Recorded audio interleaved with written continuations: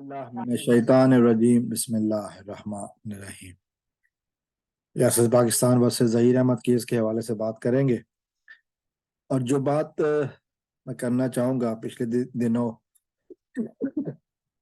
मैं चूँकि मुल्क में नहीं था, इसलिए इस मौजू पर वीडियो नहीं बना सका।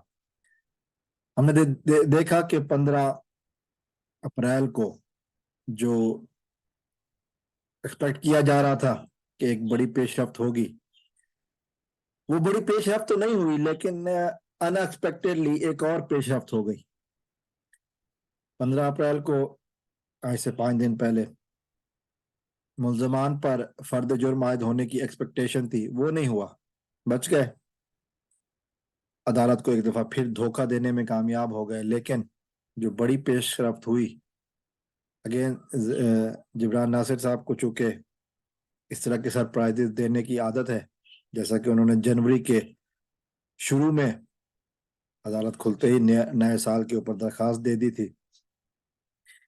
कि मेरे कि बच्ची को वालिदैन के साथ जाना है। हाई कोर्ट में दरखास्त दे दी थी, जिसका किसी को पता नहीं था, एक्सपेक्टेड नहीं था। और फिर बच्ची को बुलाकर लाख प्रोपेगेंडा, लाख जतन के बावजूद ड्रामाबाजी, शेरवानी फटी लेकर, नहीं, उधार की शेरवानी लेकर वो साहब जो पहुंच गए थे अदालत में, तो वो मुंह की खानी पड़ी। तो हमने देखा, और फिर एक दिन पहले पहुंच गए थे और फिर 6 तारीख को जो हुआ, तो यकीनन ये जिब्रान नासिर साहब का अंदाज है।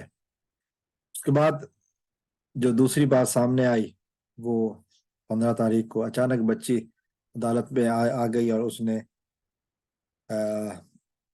कुछ रिपोर्ट्स के मुताबिक 52 सफ़े हैं, किसी में 55 भी कहा गया, और किसी में 60 या 70 सफ़े का भी बयान रिकॉर्ड कराया, जमा करवाया।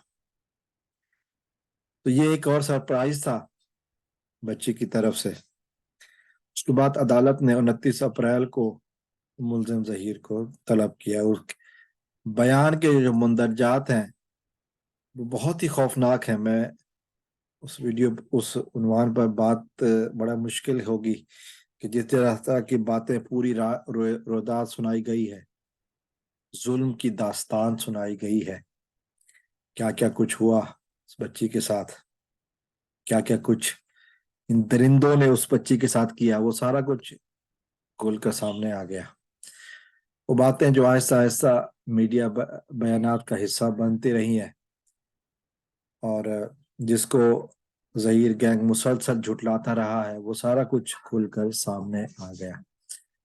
अभी भी बहुत सारा कुछ बाकी है, अभी भी बहुत सारी बातें बाकी हैं जिन्होंने सामने आना है, जो कि हम देखेंगे कि फिर कहाँ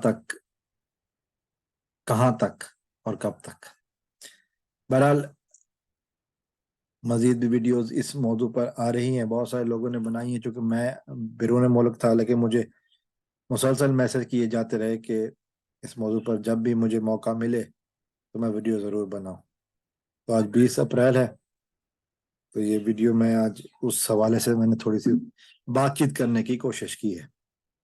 इंशाल्लाह बहुत जल्द हम देखेंगे कि आगे अब आगे आने वाले दिनों में जो ज़हीर गैंग का हाल होता है, बहुत जल्द हम देखेंगे। अस्सलाम वालेकुम रहमतुल्लाह। पाकिस्तान जिंदाबाद।